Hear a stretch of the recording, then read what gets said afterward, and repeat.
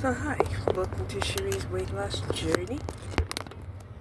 Today I woke up and I was a little bit upset because I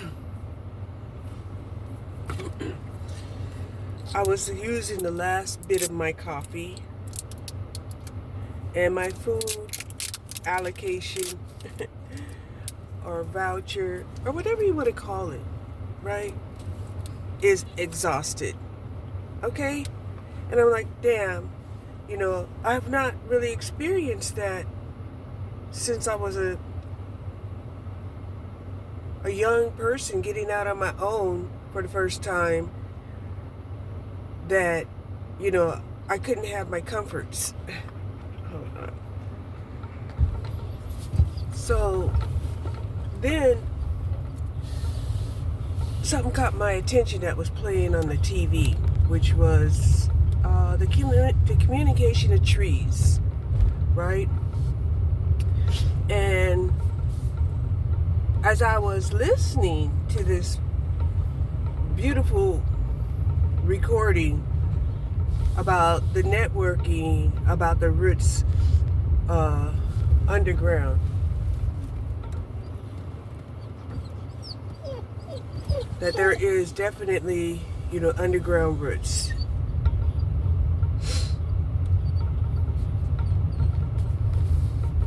Okay? And it was interesting how the foresters, right, had recognized that there are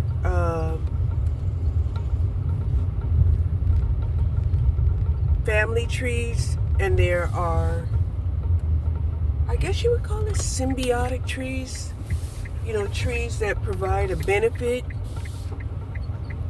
right? And it was very interesting how they put the whole thing together, right? And how the disturbance of a community can cause a decline in that community, right? Because most trees cannot survive solo dolo. And I thought that was interesting. I was like, what? You mean to tell me the trees cannot survive solo dolo? Well, no, they can't. Even if a tree was by itself, it would have to have a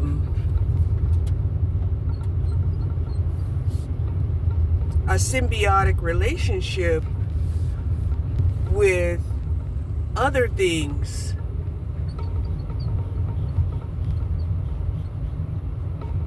With other things that will help it be connected to other trees. And I was like, what?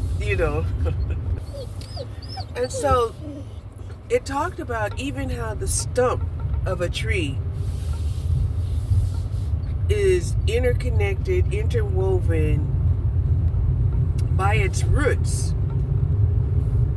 with the surrounding environment. And I thought about that because when I was putting up my fence, I thought for sure that I would be able to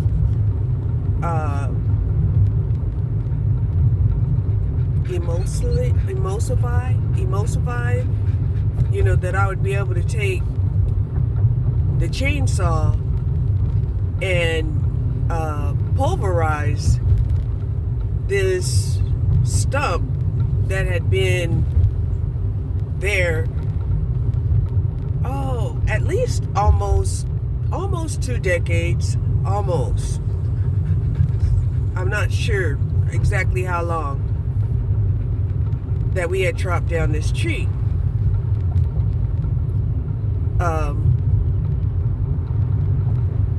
So when I went to go try to cut it up with the chainsaw, I could not cut it up. The chainsaw would not, cut through this stump. I was surprised. I really was. I was like, well, what is this? This stump, had been there for, like I said, almost 2 decades. Surely it was dead, right? And this, the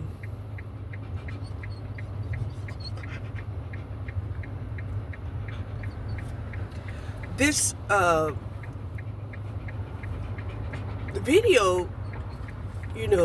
was actually confirming that no, these stumps are not dead, if they have, an interconnection by their roots that interweave with other roots, right? And then they showed just how small a root could be. A root could look just like a small filament. And I was like, oh, yeah, okay. So that makes sense, right? Why I couldn't,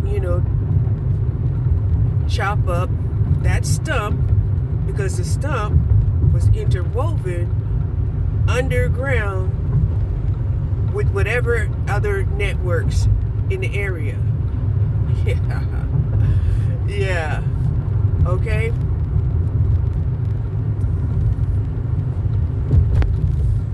So then,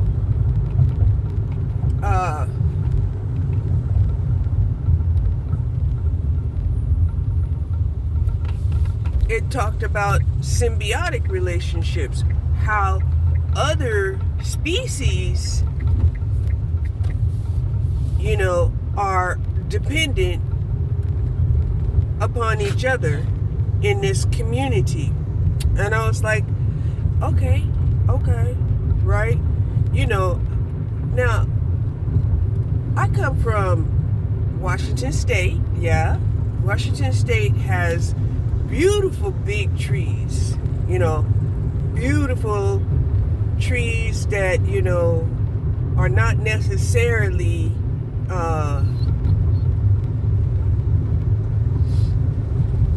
orchestrated by man, right? They also talked about how man will try to simulate,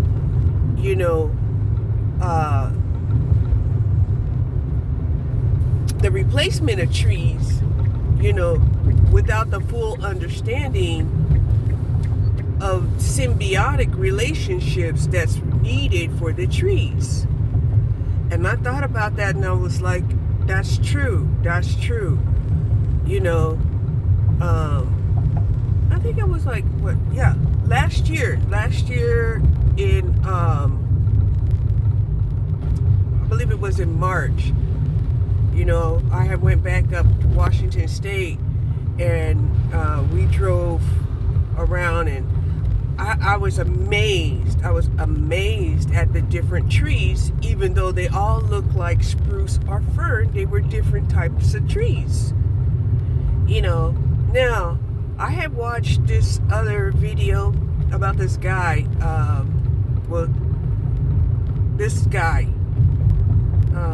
Shout out to Messiah with a Passport. Shout out to him. He was basically telling people how, this tree survived as a twin to another tree. And I heard him, but it didn't click and register in my head, And then it also talked about how some trees, try to grow fast. These trees are sharing energy amongst each other, and other trees are like, no, you need to grow slow, And it just blew my mind on how we don't even recognize that even in nature,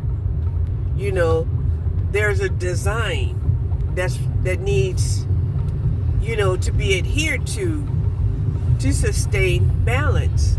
And then of course, it went back to myself, right? It went back to myself that said, just look at your chart. And I was like, okay, I got my chart. It's in my head, like, you have all of the fixed signs in your chart, right? And I say, yeah, but aren't they secondary? They're like, not really, because those are your elements. Those are your long-term elements. I was like, oh, yeah, that's right. They are fixed long-term, right? So that was one of the reasons why, even though, I was born under a Kemisi, right? Even though I was born under Kemisi, and I have a stellium in Leo, there's so much that I want to do.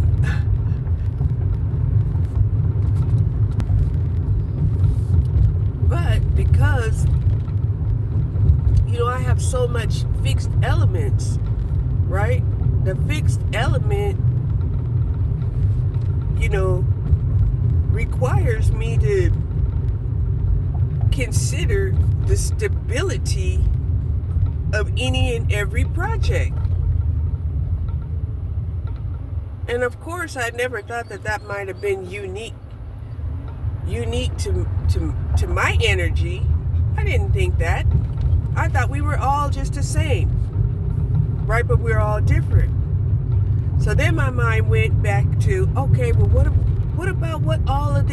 about these things that these people are talking about that are energy workers? Why are they,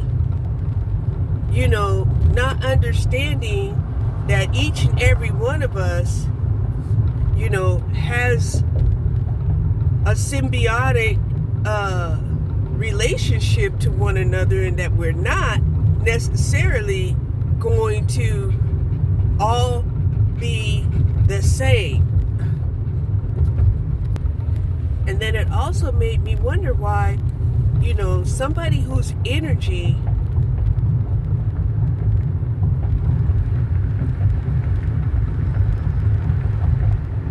is incompatible with the surrounding areas would even try to siphon energy from another, unless they was in need. But these people are not in need. These people are just greedy. Okay? They want to be what somebody else is instead of being their best self. Am I making sense? So, a lot of people want to look at the world in these different frameworks, right? We have so many people that keep talking about, well, according to the Bible, there was water. Well, no, you forgot all about the gas,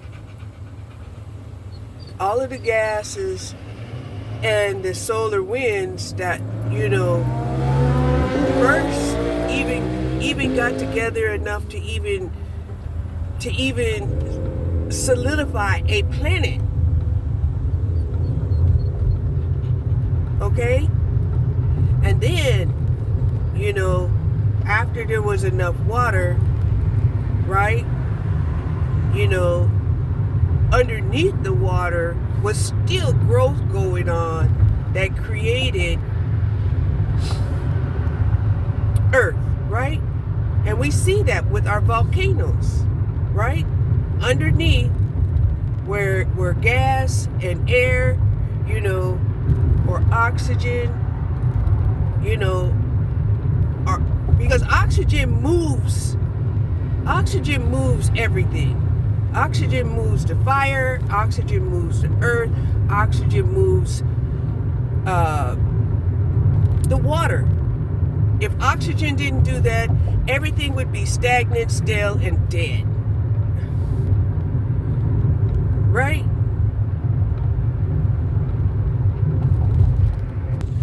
So even though there's everybody, you know, wanting their portion of water, the water still has to go through the currency of air. Water is not current by itself.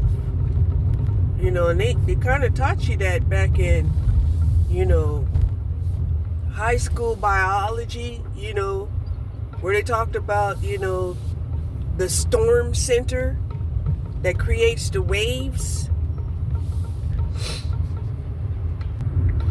And then, you know, it also talks about how the trees respirate and bring oxygen and water, H2O, right, into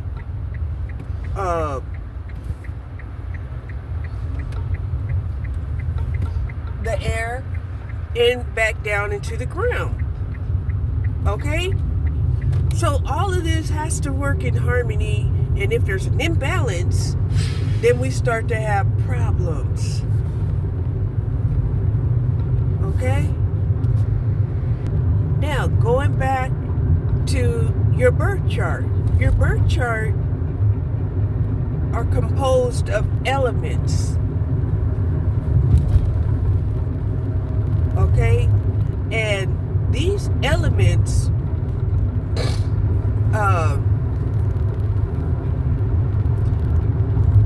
has a way of having people positioned in certain areas. Now, I have heard some people who have said, you know that they have about, you know, 2,000 people pulling on their energy. And that's fine if, you know, if it's a symbiotic or reciprocal kind of situation. However, you will have those who are what they would call more of a vampiric energy grabber.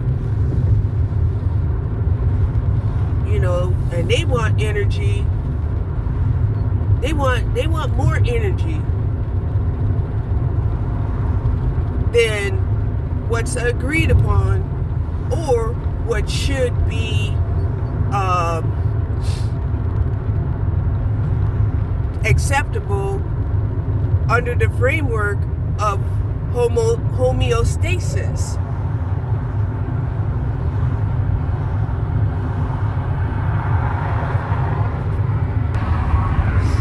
This here is another part of Lake Ray Hubbard. It's big, it's beautiful, I just love it. And it was just one of the areas that, you know, allowed me to be able to stay here in Texas. Was this area right here, because it was near a big body of water.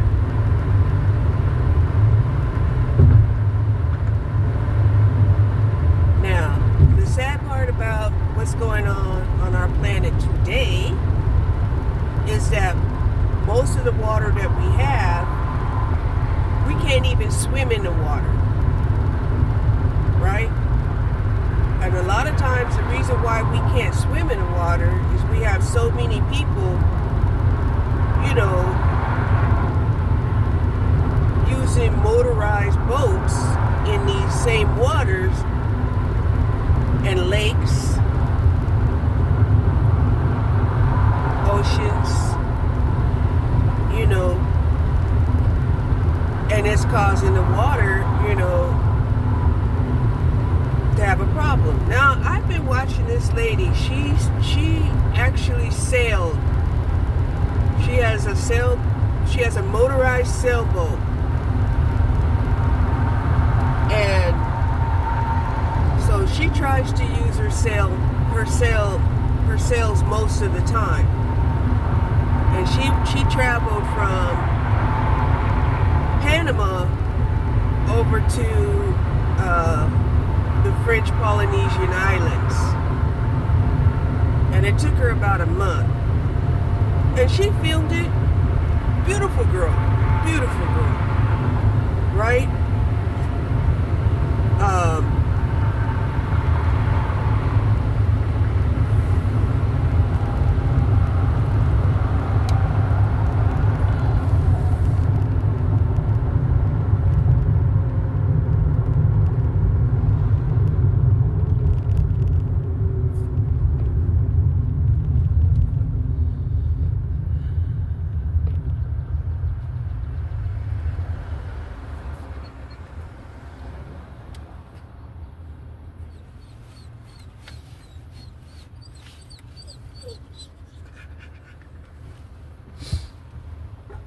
She did try to be conscientious of the fact that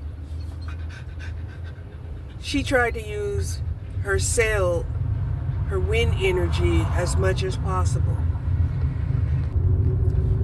Now, there's no way that I would be able to do such a thing. It was great watching her, She didn't look like she had, problems with being seasick. Maybe there was some days she did look like, the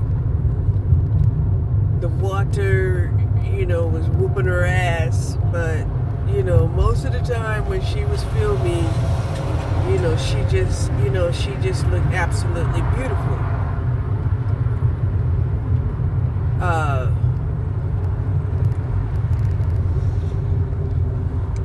I'm just amazed. I'm just amazed, that when women are allowed, the freedom and the support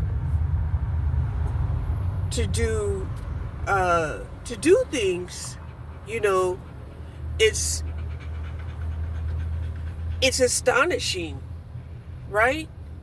Because I know there had to have been a lot of people who was watching her, because she's got like 500,000 subscribers. But I'm sure there was a lot of people that was watching her that said the same thing that I said, which is, even if I could do that, I wouldn't want to do that. I wouldn't want to be in a small vessel out in the ocean. I even caught one of her films where, she had encountered, close, not real close, but a close proximity of a cargo ship, and,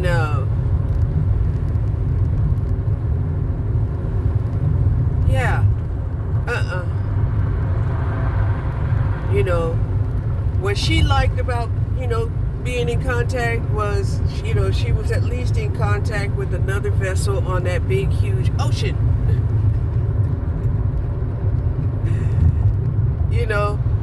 And, I guess you could say, she kind of needed that energy, right? The energy of whatever was on that vessel, probably was transferred over to her, because she was attuned to that vessel clear up until that vessel could not be seen anymore. So now let's talk about some of the things that, people are talking about regarding the family. Well, regarding the family, you have family units who are telling men, hey, we need your presence. They don't realize that their presence is transmitting energy, right? And if you're going to be present transmitting energy, you might as well set the intentions to make it a nurturing energy. Okay? But I was listening to, shout out to the public offender. He was talking to some men, who claim that, they're present for their family, like they're at sporting events. They're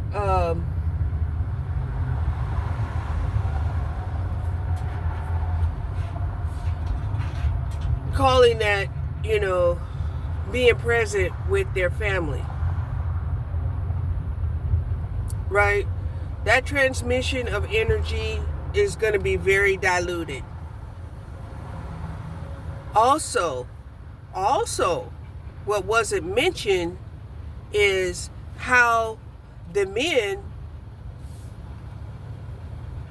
feel more of a responsibility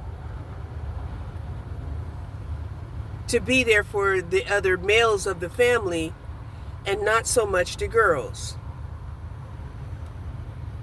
Right? And that was one of the things that, I had a conversation about with many men, as to, oh, that's nice. Do you do the same thing for your daughter? Right? And a lot of them were like, no. We just feel like, a male needs, other male guidance. And whereas the female, she can get all her transmissions and energy from her mother.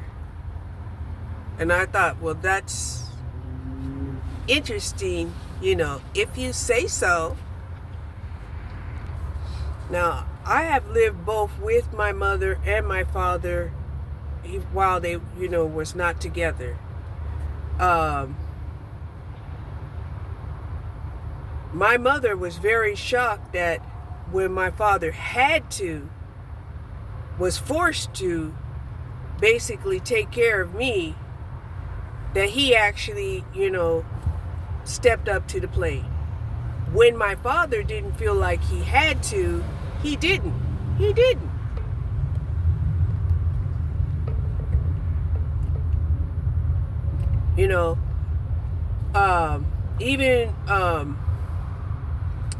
I had a conversation with my ex, and I told him, I said,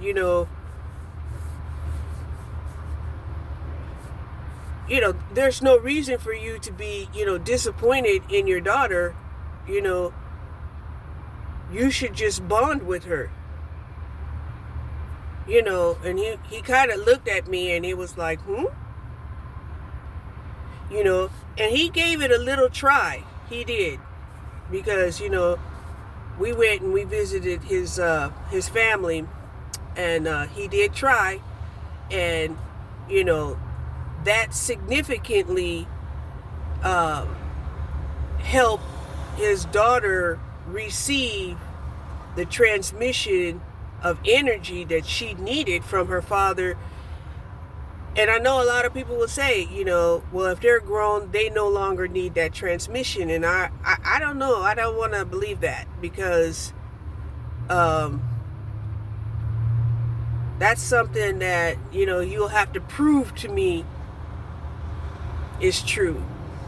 Because it's proven that even a small transmission, even the children that will go to, say, an absentee parent's deathbed, that they will receive some transmission of energy. So in essence, it's like recharging depleted cells through that transmission of energy. I'm really surprised, that energy workers are not thinking about it in those terms, because they say they are energy workers.